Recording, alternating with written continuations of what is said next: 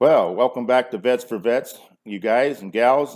Today we're doing another one of our interviews with a fellow veteran and a really good friend of mine from way back, and we won't get into how far back it give away both of us' ages. But I have Loran Osborne with us here this afternoon, and so Loran, I'll just kind of turn it over and let you introduce yourself, and we'll go from there, Loran. Well, thank you, Charlie. Good evening to you. Hey, I'm Loran Osborne. I'm a former sailor and soldier. I started out in the Navy. I'm not going to say when, but did 5 years in the Navy as a fixed wing aviation mechanic with structures on hydraulics, pneumatics, corrosion control. I did after those 5 years. They were going to shift me to shop leadership. I wasn't quite ready for that, and so we went through a few back and forths, and the Lord closed the door on that. So I transitioned to the Army, and during that transition, did some time as active guard reserve, and that's where I ran into Charlie at Freeman Airport in Junction City. He Yeah, had a he had a little operation out there with another master sergeant called Two Eagles Aviation, and we yep, uh, we got some work done out there. Some standard type certificate inspections, some yep, repairs. I remember a really interesting project on a patrol Bearcat yep, that was pretty awesome, and an old Cessna 150 and a 1947 Johnson rocket that we did a tear down yep. and Yeah. bead blast and started working on for Yeah, a major in the Army there. yeah. Those were quite a few days back. Those are a few years back. Yeah, But yeah, those that's where we ran into each other at. yeah. I remember rebuilding a hangar and putting some new auto doors and a floor Yep. in there. Yeah. Boy, that was really a good time. Those was good But times. We was both on active duty at that time, and mhm. both, we I was deployed at that time, and so yeah, it was it was something that we ended up doing to get out of just to get off the base to have something to do, and man, we developed a lot of friendships there, yourself and several other people that got involved. It was just it was a place that just kind of like this got to. It was a place that we could all hang out as soldiers and veterans. Even when we had Dale Goodwin, that was a World War II veteran, avionics technician for United Airlines for 33 years. Remember Mhm. him? Yeah, and I just talked to him the other day. But so it just was just kind of just we got that brotherhood, and sisterhood. It's a it's once you're served together, no matter whether you served in the same unit or not. It's always it's something that you got good common ground with. But Yeah, and we were able to segue that into a few things too. As I remember, we were able to put a couple of Boy Scout units through their Young Eagles certification, and yep, and managed to get some flight time for them and some good laps in the air above yep, the airfield of yeah. maintenance familiarization. I Yep. think you and I even put together a basic aviation class for them, if I Yes. recall Yep. Yep. correctly. We were doing a basic aviation class, and we were doing that with Russell Cantor, Sergeant First Class Russell Cantor, and Hmm. he's still out at Junction City That's there at the correct. airport, and then on the farm down where he lives at. But he still has a couple planes out there. But yeah, so it led it spread out to a couple different areas, quite a few areas, where we could had that opportunity to to spread aviation. We fostered kids that was from the military background, family members in the military, and like so it's just part of that area where we could continue to give back to what we'd received. Yeah, and that really got me started, honestly, pardon me. That really got me started on the volunteerism side of my career. Hmm. And from that point forward, I kind of transitioned from what I was doing. By the time I met you, I'd suffered some knee injuries that Yeah, pretty I well took remember me out of that. the aviation game. Yep, I remember that. Um, by the time I met you, I'd had five surgeries already to rebuild my knees, and we were working towards a sixth. I ended up with 14 total by the time it was all Oh done. man. But Yeah. and a couple of deployments Hmm. during recoveries, so that was interesting. But Yeah. I really wanted to focus on the fact that was a turning point in my career. I ended up serving another almost 12 years after Yeah. that, but doing so with a different focus. I Hmm. managed programs that affected volunteerism throughout our military units that Started people moving towards involvement that generally weren't, especially soldiers in trouble. Okay. Oftentimes, oftentimes you get into units, you have those soldiers that everybody kind of leaves by the wayside Yeah. because they're discipline problems Right. or they don't seem to get involved or in anything, and it really to me seemed like it was a problem of questionable leadership. Well, Because yes. although there are people that don't pay attention and don't Right. do what they're supposed to, sometimes when they're taken in hand and shown something that they consider to be important, that can turn that around. Right. Yeah. And And and a lot of times, they come in young to start with, and they're not focused to start with, and they kind of get on the wrong path to start with, and that it takes a little guidance. And like you say, we went through a lot of restructures. You and I both did during that era of the military from 1989 through 2000. Let's just say right in there. We went through a lot of different restructures in the military, and we lost a lot of senior leadership. And we lost a lot of good senior leadership due to cutbacks and everything that went on. And a lot of people just kind of fell through the cracks at that time. well, and as I recall, something that was endemic to the society at that point in time was that NCOs were being promoted to fill those ranks that were lost far too quickly, and it created and officers as well, and it created a kind of a toxic leadership situation that persisted for the next 7 to 10 years. Yes.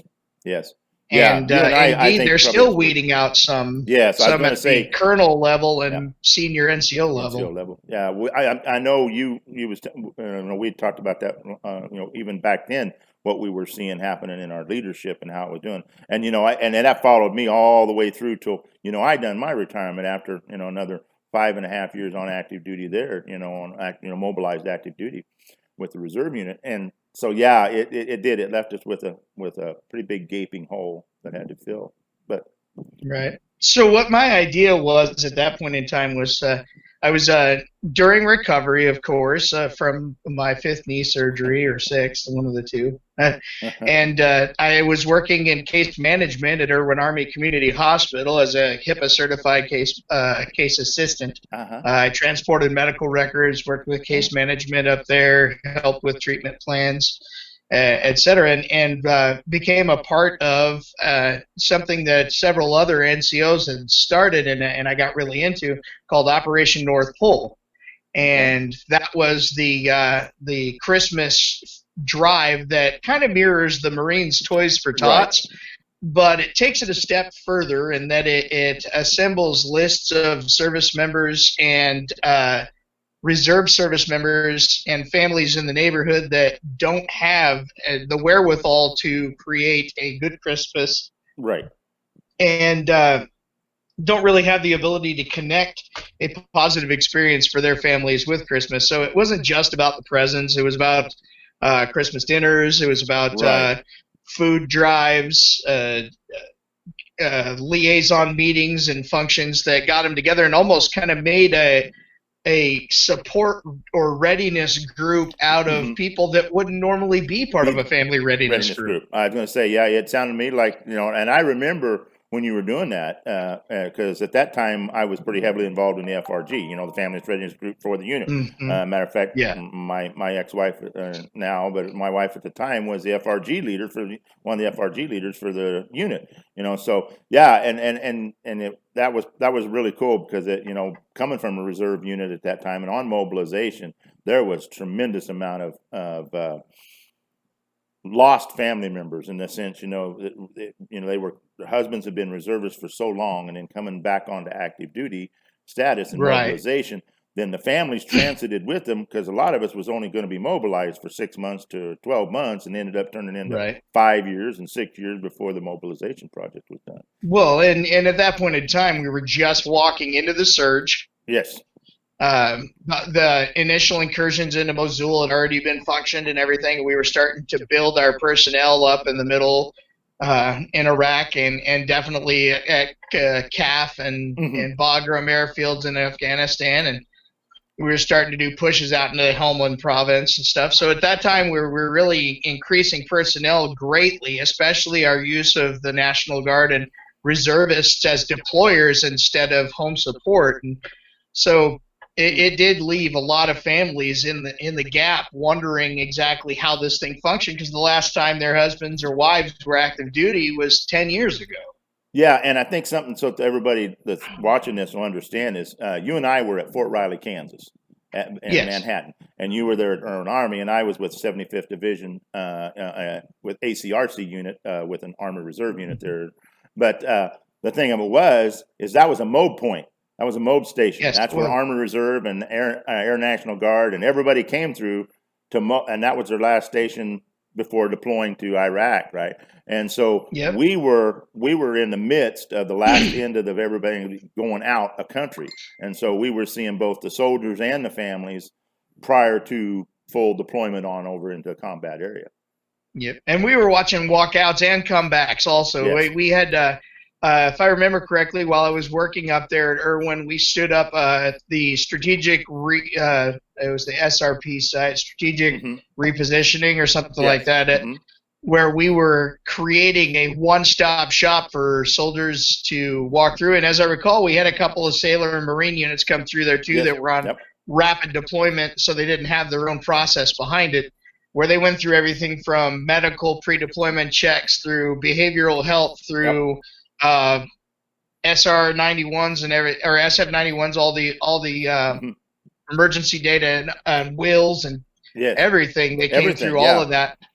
And it was the thing they walked out of that with was an understanding that the military was a process and that they were just a number. Yeah. And so the volunteerism at that point became even more important because we had to remind them there was still an individual behind that uniform. Absolutely. Yeah. And everything ramped up so quick and so fast, as we know and look back at history there for it, it was one of the major deployments even prior to Desert Storm, Desert Shield. We hadn't had this kind of ramp up since the Vietnam.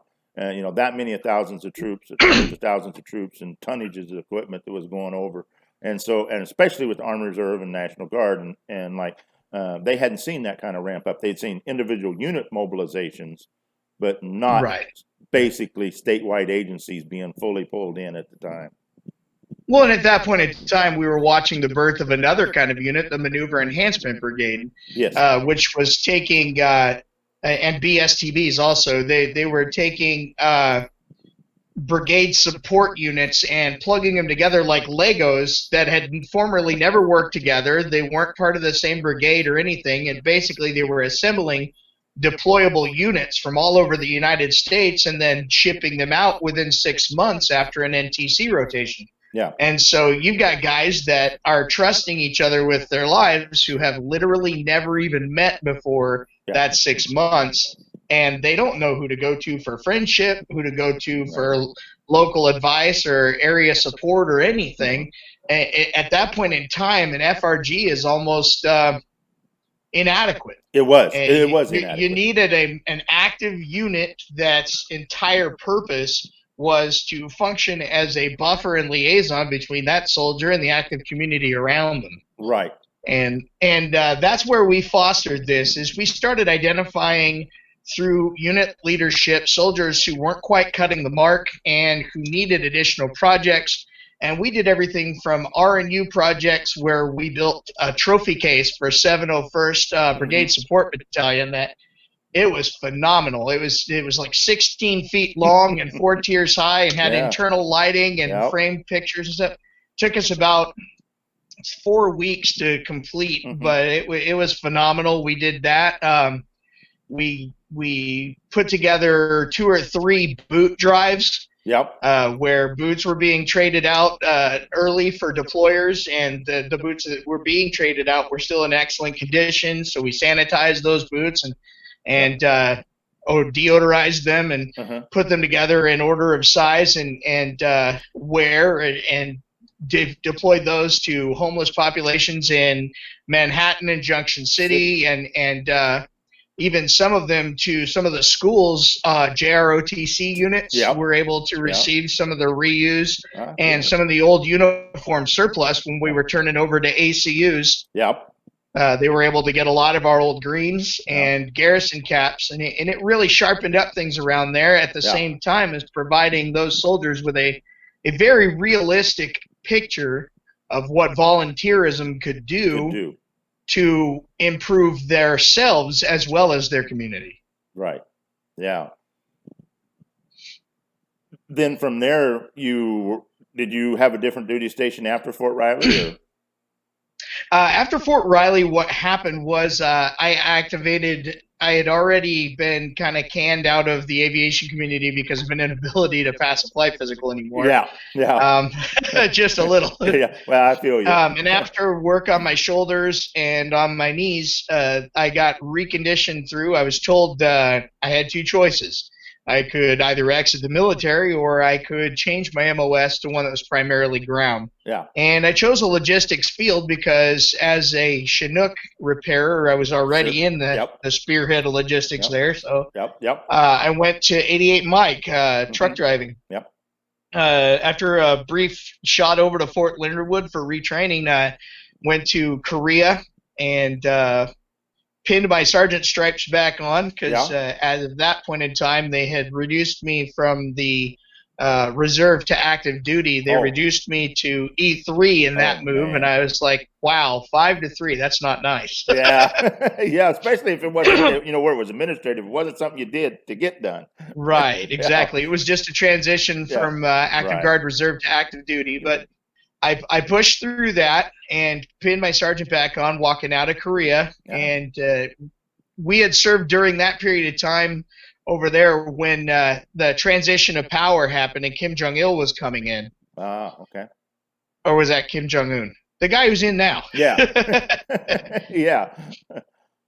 But when he was coming on, we stood, I think it was 60 days up there just south of the DMZ on standby at Rodriguez Range doing constant live fire trainings and keeping things alive up there so that if anything kicked off he came rolling across, there would be a sizable speed bump for him to cross before they made it to Yongsan. Yeah. And the fact is that literally every soldier up there, except for the ones who were just naive, when we were fielded up there, none of us expected to walk home.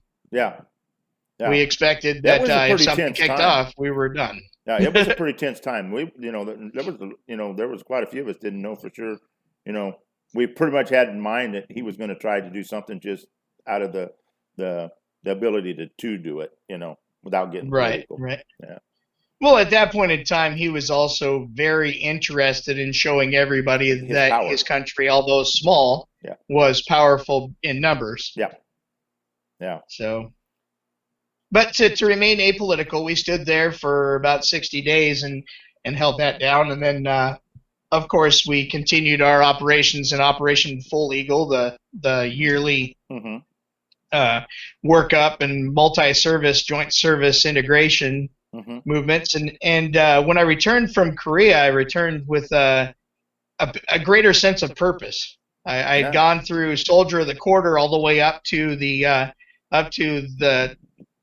nation level and then failed out up there, but I made it pretty far, and it had given me a sense of study and investment that I hadn't had before because mainly I was there for a job prior to that. Yeah. And so between standing the gap up there for the Korean people and then working hard to understand the Army's programs and policies, it gave me a better understanding of the inside of things. So when I returned to the United States and I was ready to push through, I wasn't aware I was coming immediately back to a deployment to Iraq. But I had already started putting together notes for an expanded volunteerism program that utilized some of the resources from the Army that were underutilized. Right. Because I understood more about them after my study for the boards. Sure. Yeah. Well, what year time frame was that, Loran? Do you remember right in there? I was coming back in November of 2008, I believe. Of 2008, yeah. Okay. Yeah. That's when I was returning from Korea. So we did a kind of a rapid turnaround. I was back from 2008 to August of 2009. 2 NTC rotations through that period of time, and we were battening together a unit that had just backfilled a ton of people. It came out of Iraq theater from Fob Falcon as 610 BSV, Okay. and they had some. The most delicate way to put it is legal issues. Several personnel ended up in Leavenworth behind it. Okay. And so they were, the 610 was actually folded up, and they absorbed the 701st from Kitzingen, Germany, and helped move it back to the United States, and then integrated that together with a lot of backfill coming out of basic training and service schools where people were reclassifying. Okay. So it was a tough push to get everybody integrated and together and working well as an oiled machine. And we went through several phases where the whole unit was trained like a PSD, and they were almost functioning like a security element and a QRF. And then we went through that first NTC deployment. When we came back, we realized you can't have an entire battalion as a PSD or you get PTSD. Yeah.